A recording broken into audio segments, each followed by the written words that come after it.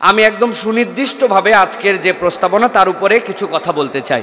প্রথম কথা বলতে চাই যে দার্শনিক কনফুসিয়াস একটা কথা বলেছিলেন যে তুমি যদি কোনো পাহাড়কে সরিয়ে ফেলার স্বপ্ন দেখো তাহলে তুমি প্রথমে নুড়ি সরানোর সংকল্প করো, কেননা নুড়ি সরানোর মাধ্যমেই তোমার পাহাড়কে তুমি সরানোর স্বপ্ন দেখতে পারো। এই কথার আলোকে আমরা বলতে চাই যে প্রথমে কেমন বাংলাদেশ দেখতে চাই, আমি দেখতে চাই যে আমাদের নিজেদের মধ্যে একটা পরিবর্তনের বাংলাদেশ দেখতে চাই। আমরা আমাদের দায়িত্ব আর কারো উপরে চাপায় দিতে চাই না, উমুকে আমার জন্য এটা করে দিবে, তুমুকে আমার জন্য করে দিবে, এইটা নয়, বরং আমরা চাই এখন থেকে আমাদের নিজেদের পরিবর্তন দরকার, যে এই পরিবর্তনের মাধ্যমে আমরা প্রত্যেকে শপথ নিতে পারবো যে আমি আসলেও একটা পরিবর্তন চাই। আমি নিজে বলি রাস্তাঘাট পরিষ্কার থাক, আমি পানের চিপ সব জায়গায় ফেলি, আমি আমার টিস্যু পেপারটা যেখানে সেখানে ফেলে দেয় আর বলি আমি পরিষ্কার পরিচ্ছন্ন বাংলাদেশ চাই। এটা আমাদের দরকার নাই। এবং আম্বিয়ায়ে কেরামের পদক্ষেপ দ্বারাও বোঝা যায় তারা সর্বপ্রথম তাজকিয়া নফস করেছেন। নিজের পরিবর্তন না থাকলে, ভেতর থেকে সৌন্দর্য না আসলে এই সৌন্দর্য টেকসই কখনো হয় না। সুতরাং এটি আমাদের প্রথম পরিবর্তনের জায়গায় দেখতে চাই। দ্বিতীয় যেটি আমরা দেখতে চাই সেটা হচ্ছে, খুব ভালো করে খেয়াল করেন, অর্থনৈতিক পরিভাষায় একটি কথা আছে, সেটি হচ্ছে ডেমোগ্রাফিক ডিভিডেন্ড। ডেমোগ্রাফিক ডিভিডেন্ড মানে কি? কোনো জাতিগোষ্ঠীর যখন সর্বোচ্চ সংখ্যক মানুষ কর্মসক্ষম থাকে তখন সেটাকে বলা হয় ডেমোগ্রাফিক ডিভিডেন্ড। এখন বাংলাদেশে আলহামদুলিল্লাহ এই মুহূর্তে সবচেয়ে বেশি কর্মক্ষম মানুষ, তরুণ সমাজ এখন আমাদের সবচেয়ে বেশি। সুতরাং পরিবর্তনের পাথও এখন আমরা নিতে পারি, যেটার মাধ্যমে আমরা সামনের দিকে ইনশাল্লাহ পরিবর্তন করার জন্য চেষ্টা করতে পারি। 3 নম্বর যেটি আমাদের জন্য গুরুত্বপূর্ণ সেটা হচ্ছে রাজনৈতিক স্থিতিশীলতা। ভালো করে জানতে হবে যে আমাদের দেশ চালায় কিন্তু রাজনীতিবিদরা। আমরা মনে করি ডিসিএসপি অনেকে দেশ চালায়, কিন্তু এই জায়গায় যদি টেকসই এবং সঠিক পরিবর্তন না হয়, সেই আগের পচা মানুষের রাজনীতি যদি থাকে তাহলে আমাদের জন্য কোনো পরিবর্তন হবে না। এই জন্য একটি কথা আমাদের মনে রাখতে হবে, আমাদের নেতার পরিবর্তন দরকার নাই, নেতা অটোমেটিক আল্লাহ তৈরি করবেন, কিন্তু নীতির পরিবর্তন আমাদের দরকার। এরপরে আমি সুনির্দিষ্টভাবে আপনাদের কাছে 5টি বিষয় বলবো যে কেমন বাংলাদেশ চাই। এক্ষেত্রে 5টি বিষয় 5 মিনিটের মধ্যে শেষ করার জন্য চেষ্টা করব।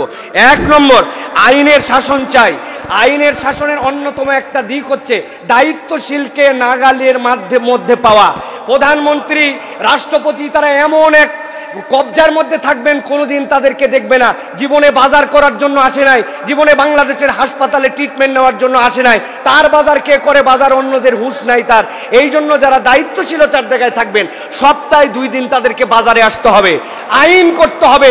ডাক্তার প্রেসক্রিপশন করে রেফার করার আগ পর্যন্ত বিদেশে কোনো ট্রিটমেন্ট চলবে না, স্থানীয় হাসপাতালে তার ট্রিটমেন্ট নিতে হবে।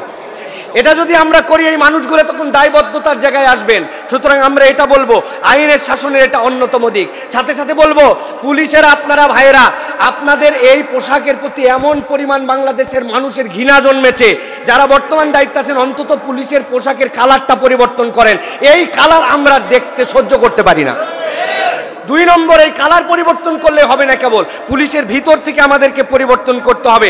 এই জন্য এটা হচ্ছে দ্বিতীয় বিষয় আমাদের জন্য। 3 নম্বর বিষয় যেটা বলবো সেটি হচ্ছে দুর্নীতি দমন। দুর্নীতি দমনের ক্ষেত্রে জবাবদিহিতা না থাকলে কখনো দুর্নীতি দমন হয় না। যেই দুর্নীতি দমন কমিশন আমরা দেখেছি, এই দুর্নীতি দমন কমিশন সবচেয়ে বড় দুর্নীতিবাজ, যারে মন চাইছে তারে তারা ফাঁসাইছে দুর্নীতিতে।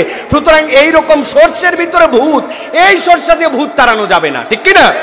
এই জন্য আমরা বলবো, দুর্নীতি দমন করতে চাইলে জবাবদিহিতামূলক আমাদের জন্য একটা সংস্কৃতি দরকার। এরপরে তৃতীয় যে বিষয়ের কথা বলবো সেটা হচ্ছে নৈতিক শিক্ষার পরিবর্তন। শিক্ষা ব্যবস্থাতে যেভাবে রন্ধ্রে রন্ধ্রে, আমরা এর আগেও সেমিনার করেছি, সেই শিক্ষা ব্যবস্থা রন্ধ্রে রন্ধ্রে যে পচন ঢুকানো হয়েছে, এটার থেকে বের না হলে জাতি কখনো পরিবর্তিত হতে পারে না। এক্ষেত্রে আমার ক্ষুদ্র একটি পরামর্শ আছে, সেটি হচ্ছে ধর্মীয় অনুশাসন মেনে আমাদের নৈতিক শিক্ষা আমাদেরকে দিতে হবে।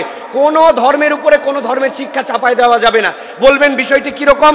আমি যদি ছোট্ট একটু ব্যাখ্যা করি, ইসলামী অনুশাসনে একজন মেয়ের জন্য হিজাব, একজন মেয়ের জন্য পর্দা পর্শিদার বিধান আছে, কিন্তু হিন্দু ধর্মে কিন্তু এই বিধানটা নাই। সুতরাং আমি যদি ইন জেনারেলি এটা চাপাই দেই তাহলে অন্যায় হবে। এই জন্য ধর্মীয় অনুশাসন মেনে আমাদেরকে সেই শিক্ষা কার্যক্রমে আগাতে হবে। ইসলাম কখনো সমকামিতাকে সমর্থন করে না, এলজিবিটি কিউকে সমর্থন করে না। আপনি মুসলমানের অধিকাংশের দেশে এই শিক্ষা ব্যবস্থা চালু রাখবেন, আবার মনে করবেন করবেন সমাজ পরিবর্তন হবে, রাষ্ট্র উন্নত হবে, এটা কখনো সম্ভব নয় এবং বাংলার জনগণ এটা মেনেও নিবে না, এটা অগ্রিম আমরা বলে রাখলাম। LGBTQ সমকামিতা এই শিক্ষা ব্যবস্থায় থাকতে পারে না। এখান থেকে আমাদের প্রহসনমূলক শিক্ষা ব্যবস্থা সংস্কার করতে হবে। চতুর্থ বলবো খাদ্য নিরাপত্তা। এখানে বুকে হাত দিয়ে বলেন, এই দেশে এক গ্লাস পানি আমরা একদম নিশ্চিন্তে খেয়েছি এরকম আমরা কেউ বলতে পারবো না। আমাদের ভয় লাগে, রাস্তাঘাট সব জায়গাতে খাবারে বিষ, দুর্নীতি। সুতরাং আমি আমার বাংলাদেশকে দেখতে চাই যে আমার খাদ্যে আমার কোনো বিষ থাকবে না, আমার খাদ্যে কোনো মরণ কিছু যুক্ত হবে না। এক্ষেত্রে আমাদের জন্য খুবই গুরুত্বপূর্ণভাবে উদ্যোগ নিতে হবে। সর্বশেষ একটি বিষয় বলতে চাই, সেটি হচ্ছে পরামর্শের ভিত্তিতে আমাদের রাষ্ট্র গঠন করতে হবে। পরামর্শ যদি না থাকে তাহলে কেবলমাত্র যদি মনে করে দায়িত্ব যে পাইছে আমি সব বুঝি আর কেউ কিচ্ছু বোঝে না, এই আমির বোঝাতে কিন্তু এই সব তরি ডুবে গেছে। আমি একটা কথা বলেছি, একটা কথার ভুলে আর একটা কথা না বলাতে কিন্তু এই পরিবর্তন। আমি আর উল্লেখ করতে চাই না, আপনারা ভালো করে বুঝে নেন। একটা কথা বলার ভুলে আর একটা কথা না বলার কারণে আজকের এই বাংলাদেশ আমরা পেয়েছি।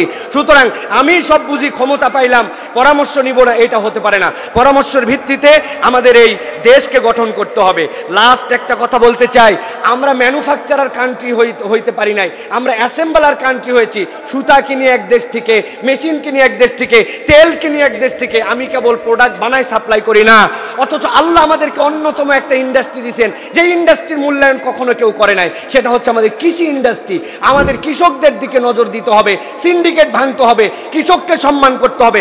আল্লাহ প্রদত্ত এমন এক দেশ যেখানে একটা বীজ ফেলতে দেরি, সেখানে গাছ উঠতে দেরি হয় না। সুতরাং এটাতে আমাদের নজর দিতে হবে। 30 সেকেন্ড বলতে চাই, আল্লাহর দেওয়া সফলতার একটা সূত্র আল্লাহ সূরা মায়েদার মধ্যে বর্ণনা করেছেন। সেই সূত্র হচ্ছে, তোমরা যদি সফল হতে চাও, আল্লাহ বলছেন ইয়া আইয়ুহাল্লাযীনা আমানু ইন্নামাল খামরু ওয়াল মাইসিরু ওয়াল আনসাব ওয়াল আজলাম রিজজুম মিন আমালিশ শাইতান। যেই দেশের মধ্যে মদ মাদকতা থাকবে ওই দেশ কখনো উন্নত হতে পারে না। আমার তরুণ সমাজকে হেফাজত করার জন্য পাড়া মহল্লা থেকে আইন করে সকল মদের বার, মাদকতা, চোরাচালান, সিন্ডিকেট চিরতরে বন্ধ করতে হবে। আল্লাহ রাব্বুল আমিন আমাদেরকে এই সুনির্দিষ্ট প্রস্তাবনার আলোকে আমাদের দায়িত্বশীলদেরকে পরামর্শ গ্রহণ করে একটি ইনসাফ আদল ভিত্তিক রাষ্ট্র কায়েম করার তৌফিক দান করেন। ওয়া মা তৌফিক ইল্লা বিল্লাহ। আসসালামু আলাইকুম ওয়া রাহমাতুল্লাহি ওয়া বারাকাতুহু।